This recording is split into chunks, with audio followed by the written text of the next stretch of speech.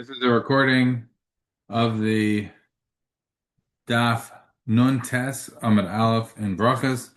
We are starting on Nun Ches Amud Beis, right at the bottom, the last couple of lines. So the Gemara asked, "My Ash, what is Ash? Ash, as we said yesterday, is Ursa Major. Rav Yehuda Yuta. Rav Yehuda said it's Yuta. My Utah, that doesn't really help us, other than being a state. What is Utah? Amalei Zonav Tleh.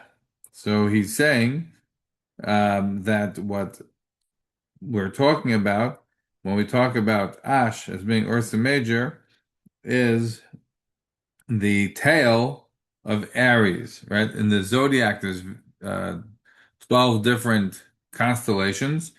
Those constellations are themselves made up of various different stars. Not every type of star system that we recognize is necessarily one of the zodiac, but we're saying about Ursa Major, even though it's not its own month, nevertheless, it is part of what is known as Aries. It's the tail of Aries. Vamila Resha de Igla. And there are those that say that it is the head of Taurus, in other words, that constellation. As Rashi says, it's either the what do you call it? In terms of the zodiac, these are the first months of the year going from the vernal equinox. So April and May. May is Taurus, and April would be Aries. I was saying Ursa Major, according to one opinion, is the tail in the Aries constellation makeup of stars, and the other one says it's the head of the Taurus makeup of stars. Mustaver Commando Amr Zon of Tleh, it makes more sense to say, like the Mando Amr holds that it's the tail of Aries, Dichsiv, because it says in the Pasuk that V'ash al Banea Tenachim, that Ash, right, this Ursa Major, is the literal translation is a beer, Bear, not Beer, not bearing witness, but bearing like beer, like like a big hulking bear of a man. It's because that's the shape of it. When you draw out the stars, if you would draw it out, it would look like a beer. So what do you mean? V'ayish al b'nei Tanachim? What does it mean that Ursa Major is conducting her children? So the Gemara explains Al Machasra u'Mischazem is that she lost her children. She's conducting them, but she's lost them. U'Mischazek Ketarfa de Tarf. And we turn the page now to Nun Tesam and Aleph.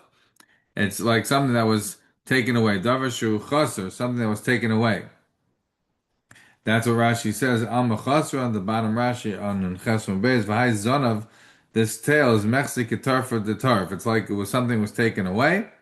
What was taken away? It was taken away, as the Gemara now explains, from Ursa Major, a couple of stars. And again, I'm not such an expert in the solar system or how these stars work out, but that's what it looks like, and that's why it's more mustawa to say that it's the tail of Aries rather than the head of Taurus. And what the difference is, I'll leave to the astronomers to explain. But fundamentally, Ursa Major seems like she's missing her children. Why? Behind the Ozla Basra, and she's sort of traveling behind them. In this case, after Orion, right? Behind the Ozla Basra, Rashi says Aish Achar Kima, right? The Aish is Ursa Major, which is traveling after Kima, which is Pleiades. Again, Pleiades is another star constellation. It's another set of stars that doesn't get its own part of the zodiac, but is nevertheless a star system. And Ursa Major is as though it's traveling behind it, the Amarle Havli Beni, because it's basically asking for the children back. What does this mean? When HaKadosh Baruch Hu was bringing a Mabel on the world, in order to make the Mabel, he took two stars from Kima, from Pleiades. Again, why he would need stars from Pleiades to bring a Mabel, I'm not sure, but that's what the Gemara is suggesting. Maybe Mabel and that's how he brought the Mabel on the world. When he wanted to stop the Mabel, he took two stars from Ursa Major, Vasatma. and that's how somehow that stopped the Mabul. Again, I don't know practically how this would have worked, but that's what the Gemara suggests. For leather law, says the Gemara, so okay, so now that the Mabul stopped, why not just return the stars back to their place, give them back to Ursa Major? So the Gemara says, "Ein abar mismal mechuyase." If you remember, we had this back in the beginning of Brachas and Gimel and Beis, when the Jewish people had to have parnasa, they were very poor, and David Melech said, before he says to go to war, first he says, "Oh, well, why not you mispana some zemzeh? Why not take money, do business with each other more?" And the more they said, "Ein abar mispalim milchu yaseh." You can't fill up a ditch with the dirt that you dug out of it. If you dug a ditch and then you put back the dirt, you'll see it doesn't fill up exactly. Why? Because obviously some of it's lost, etc. So you can't put it back. You can't use something that is kateger, is something that caused destruction, that helped to wreak havoc and to become a senegar. So you're not able to sort of switch what you are again in this situation with the stars having been engaged in the having been engaged in bringing about the flood. So you can't now turn them back into what they once were. So either they don't fit anymore, or they don't have the ability to change who they are. Now that they've been one way, they can't come back. So the Gemara says, so if you can't bring back the stars that were utilized to bring the flood, either because they won't fill back up by Pleiades, or they won't be able to be turned from Kategors to Senegars, so then why not just create some new stars and give Ursa Major some new stars?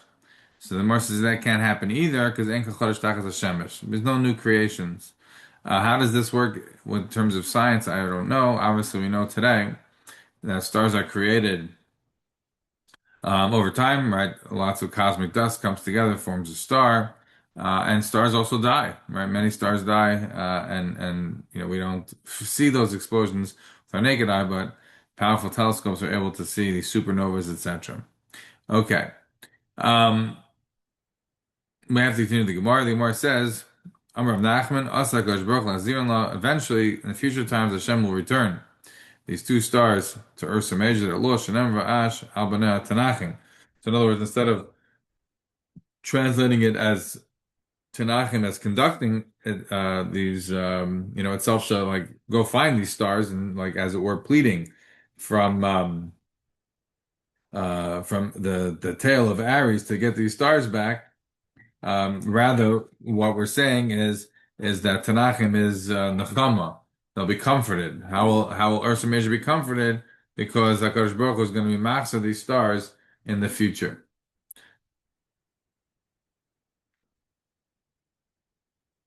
Here is the Gemara. So the Gemara says about Hazavais. So no one wants to know what are Zavais. So what are Zavais? Says the Gemara of Katina, Guha. These are earthquakes. Rav Katina have Ozel B'Orcha. Rav Katina was going on the road. Kimata Piskel de Uba Tamya. When he got to the house of some guy named Uba Tamya, who Rashi says was a Baal Eiv, meaning he was some sort of magician. So Gonach Gua, there was a big earthquake. Amar Miyada Abat Uba Tamya Hai Gua Mau. So Rav Katina said, does this guy Uba Tamya know why the earthquake came about? So Ramalei Kala. So Uba Tamya raised his voice and he said, Katina, Katina, Mali Adana, Meshosha Kosh Baruch Hu Zerches Banav, Sheshrim B'tzar. That, don't you know, Katina, that when Kosh Baruch Hu remembers his children, that they are in pain, he drops two tears into the great sea. The and the voice, the noise is heard from one end to the other end of the world. And that's an earthquake. Rav Katina Ubatamya Kadevu Umile Kedivin. Rav Katina said that Ubatamya is just making stuff up. He's talking nonsense, and his words are all waste. So Zamar says Iachi Gua Gua Mibaile. Why? Says Rav Katina, because if he was right, then if Hashem is dropping two tears, there should be two earthquakes, right? One is an earthquake and then another earthquake. And here we see it's just one earthquake. Mar says, "V'lo yigua gua avid." It's not true. There really are two earthquakes, right? Usually, you do have an earthquake, and we have an after. The earthquake is the first thing, but then there are after effects, right? There's continuous quaking afterwards, and those are maybe not as severe, but sometimes they're quiet. Sometimes they're even more severe than the earthquake itself. So, in fact, his raya against this ubatamia is not correct. So the more explains, and that's the reason that Katina didn't say, "Oh, great reason, ubatamia, you're right," was because he didn't want people to follow him. Right? If you remember back on Yud Aleph, we had a Gemara there, Rabbi Shmuel ben Azariah, where Rabbi Shmuel was very concerned that the halacha shouldn't be like Beisham or Lederis.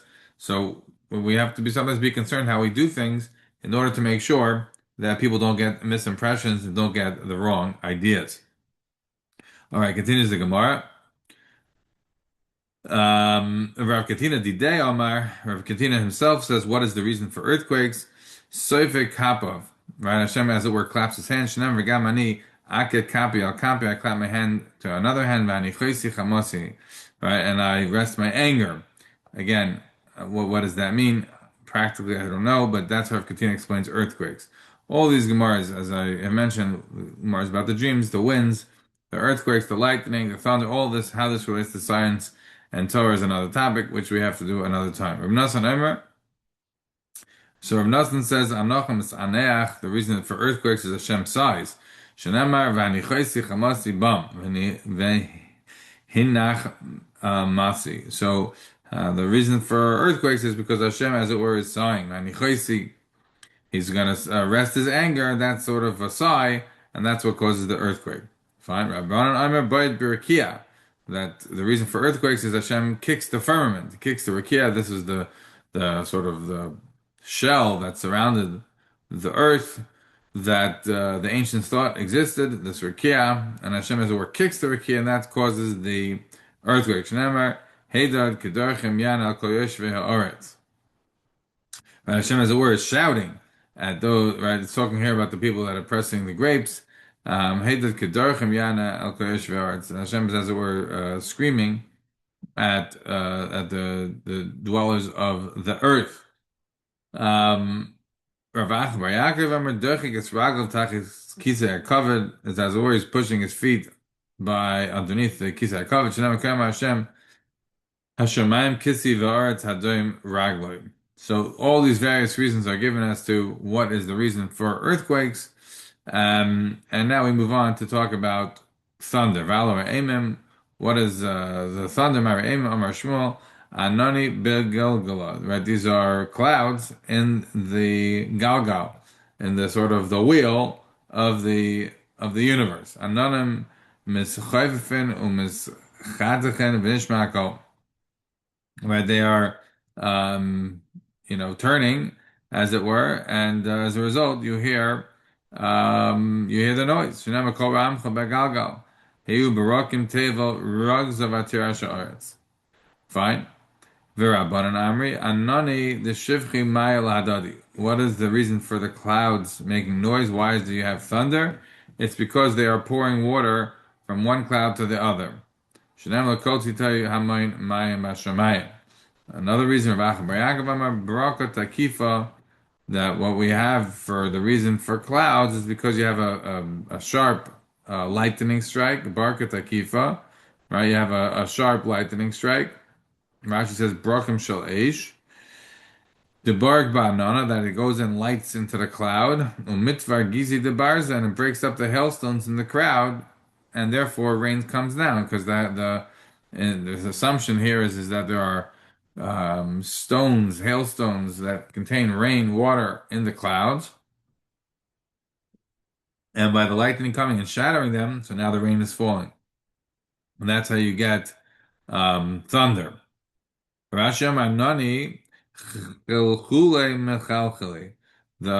clouds are hollow.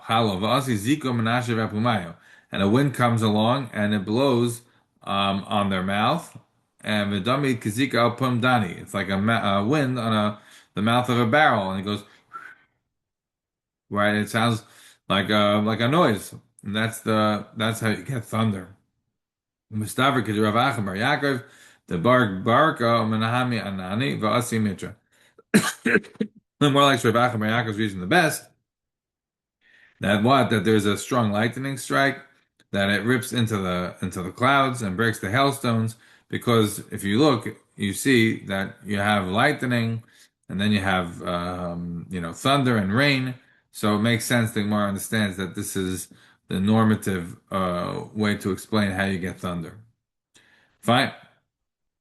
Zati marva ala ruchais on the winds. You have to make a bracha on the winds. My ruchais amar abai zafa.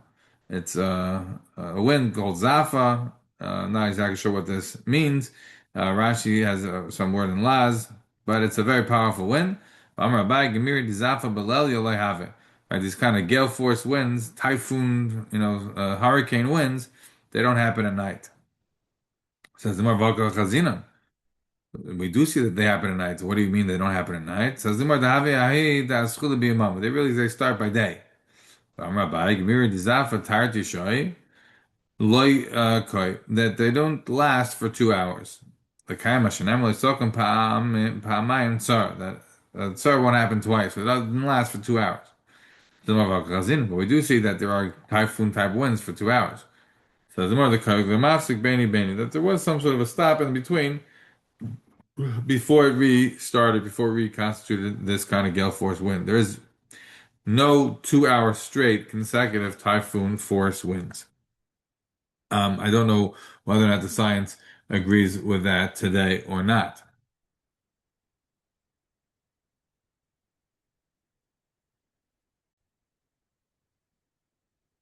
So we're at the two dots here, and halfway down, the Gemara tells us Vala Brakim. You have to make a bracha, not just the thunder, but also on the lightning.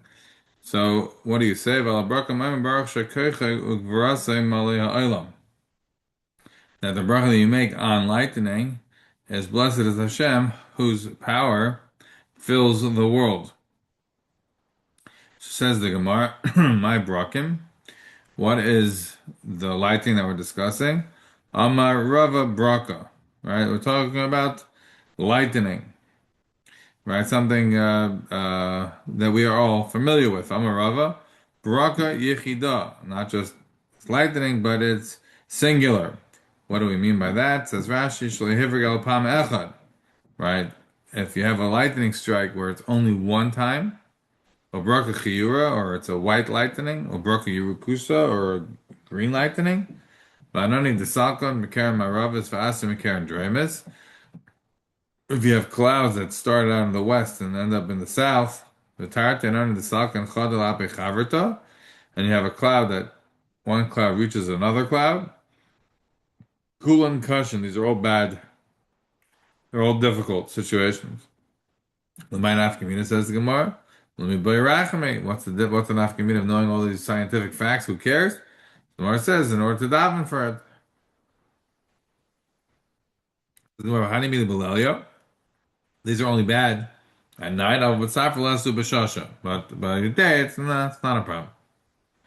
But Amar Shmuel bar Yitzchak, Hani anani the tzafra less b'meshasha. Right, these are meteorologists. They're saying that I'm not sure if the meteorologists would agree to this claims or not. I have no idea, but what we're saying is that the clouds of the morning don't have mamish. They're less than mashasha. They're not a big deal. The clouds of the morning, um, cumulus clouds. Right? I think those are the ones that don't give rain. Right? It said v'chazdechem ka'anan biker. So the anan biker is a chesed, as it were. It's not going to cause problems. Amalei of Pablo Abayo. So Papa says, Tabai Amri Inchi, how do you know that the morning clouds are not a problem? But don't people say, Kamafteach Bavi, when you open your house in the morning, so if it's raining, Mitra, so Barcham Ramech Sakecha Vigani, that we tell the donkey driver to, cover up his sack, go to bed, on his sack because it's going to be tons of rain and the yield, the wheat, or whatever it is that it was going to sell, is going to be super cheap, and there's no need for him. So, you just said the morning clouds are nothing. Moshe like kasha hadekata ba'avi hadekata ba'anani. So the answer of the Gemara is that there's a difference between clouds and like really thick clouds. So if kata ba'avia, if it's very thick, the skashashman ba'ava abba, right? If it's very cloudy, it's very heavy clouds. There's a thick cloud cover. So as taif kiar geshem rav, it's going to be good. There's going to be tons and tons of rain, and that will be what you tell the donkey driver to go to bed. But if it's a situation, the Kata Banani is really just a bunch of, flimsy clouds. So that's when we say that these are the morning clouds that have no match. Amr Alexandri, right? We have Rabbi Alexandri back, where was it? On Yud Zion, where we had Rabbi Alexandri, where he told us about how the way to end Shemona Esrei. I busted the master mahachi. Rebbeinu Olam, God v'lo fnech shuritzen lasas ritzenecha. Umima'akav sa'arsha be'isam. So here we have Rabbi Alexandria again. He's quoting here in the name of Rabbi Shimon Levi. Rabbi Alexandria, Rabbi Shimon Levi, Le'nevu Ramim, El Lifshid Akumumia Shebelev. The reason that thunder was created was to scare a person, right? To get a person who's crooked to straighten him out. Another line from Alexandria, the name of Shimon Levi. Alexandria, Shimon Levi, where it's a keshes ba'anan. Somebody sees a rainbow in the sky. Tsar she'ipa al panav, he has to fall on his face. Shnema k'mariyah keshes asher ba'anan. Ve'erev ve'epa al panav. The pasuk there in Yechezkel, when you see the keshes, you are bowing down. Says the Gemara, Layat Allah b'ma'arava mishur l'mechsi command the soga l'kashta. They used to curse those in the west who used to bow down to the rainbow because it looked like they were bowing down to the rainbow. Even if they cursed in the west, those who bow down to the rainbow, they certainly have no problem if you made a bracha. My mavarch, what's the bracha that you make? Baruch zecher habris. You make the bracha of Hashem remembers the covenant. Masisa Torah, we have a bryce that says, Rishmol b'nei b'yichem ha'baraka omer, ne'emam b'vrisa v'kayim b'ma'amari. Hashem, who is faithful to his covenant and upholds his words. So, since we have two opinions on what you're supposed to say, the zecher habris or Nema Vrisa V'Kav Mamar. So we should say both. Hilgach Neminol Tavar Baruch Zecher Bris Nema Vrisa V'Kayim V'Mamar. Says the Ri Hilgach Neminol Tavar Amari the Ein Chaysmim B'Baruch. The bracha you don't end off with a bracha, or you just have a bracha at the open Baruch. V'Hechi Mevarach Baruch Ata Hashem L'Kinem Melech Ha'olam Nema Vrisa V'Kayim Meshvos V'Zecher Bris. What's the reason that we are making a bracha on the rainbow? Because of the fact that the assumption is that he remembers his covenant, the covenant he gave with Noach, very famous Ramban here. The Ramban says Al Kochina Nam Divrei Yevanim. We have to believe what the Greeks have proven, that a rainbow is a natural phenomenon, and yet the Torah says as Kashti Nasati Va'anan as a proof of Hashem's covenant eternally with humankind that he's not going to bring another Mabul. What's the answer? The Ramban says the answer is that while the rainbow is a natural phenomenon, it takes on additional added meaning. Pregnant now becomes loaded with meaning of the fact that Hashem's not going to bring another Mabul. Okay, last few bits on the Gemara. You make a bracha on the mountains and valleys. You make a bracha of Isa Ma'isa Bereshis on the Haram and the Gavois. So what does that mean? Then until now there wasn't Ma'isa Bereshis. These are all Ma'isa Bereshis. Hashem made the brakim, and he makes the lightning, he makes the rain, all of this stuff Hashem makes. So you make Isa Ma'isa Bereshis and everything. Why are you specifying the Haram and the Gavois? Says the Imam Rabbi Kruch Vitni. The way you should learn it is that you are saying, says Rashi, Kruch Vitni Bekulu Baruch Isa Bereshis. Right, you're making the bracha on everything. These brachas of Isa Ma'isa Bereshis and Kachem Mali Olam. However, Rava disagrees. Rava Omar, no, it's not that you make a bracha on everything. Hasam Mevarach Tarti. There are certain situations where you make brachas of two, right, but not on Haram and Gvayis. Hasam Mevarach Tarti Baruch Kachem Olam Vashem Ma'isa Bereshis. However, Hacha by Haram and Gvayis you only make one. Hacha Isa Ma'isa Bereshis you only make one. Ika, why? Right? There's Isa Ma'isa Bereshis, that's what you have here, but Shekachim Alei Olam you don't have here because the mountains are only in a specific place. They're not everywhere. Says Rashi Mali Arlam, each mountain is in its own place. So according to Rava, you make two brachas on the other parts of the Mishnah, but you don't make it on Harman Gavois, whereas the Bible says you make Oisem Asabracious and Shekechem Ali Olam on everything. Taisus explains here in Rava, Perish Omer Oi Hai, meaning you could say Eza Sheyirtze, V'chem Perish of Alphas, according from the Rif, that you could essentially say either one. You could say either Kercha Mali Olam or Oisem Asabracious. Hilgach Nemino Tarvayu, that Taisvis. So we already did the other one. This one, Hilgach Nemino Tarvayu, is going on a different Gemara that we will do tomorrow. Okay, so it continues the Gemara, and the Gemara says as follows. So the last Gemara here is Amar B'Shubin Levi, if somebody sees the Rakia, the firmament, and very clearly, Amar Bracha Eitzim Ma'aser you should say the bracha of Eitzim Ma'aser and must say, what is the situation that you make a bracha on the Rakia? Amar Rakia Asa Mitra Kuli Lalia, when it's raining the whole night, Ubatzafra Asa Istana, and when the big wind comes in the morning, a north wind, and it cleans out the whole air, so now you're able to see the firmament very clearly, see the sky nicely, and then you have a very revealed, beautiful sky. So then you make this bracha of Eitzim Ma'aser when you see the sky. Rav Bar Papa, Rav Chizda, Rav. So pligi the Rav Bar Papa, Rav Chizda. So machlek is Rav Bar Papa and Rav Chizda, Rav Bar Papa, Rav Chizda. Yom Shechar Beis Hamikdash Laniras Rekia B'Tayros. So since the day the Beis Hamikdash was destroyed, you haven't been able to see the Rekia, the firmament, in its clarity, beautifully. Shnei Alba Shemaim Kederis V'Sak Asam Kesusim, because they're wearing sackcloth by the fact that the Beis Hamikdash was destroyed. We'll have to stop over here.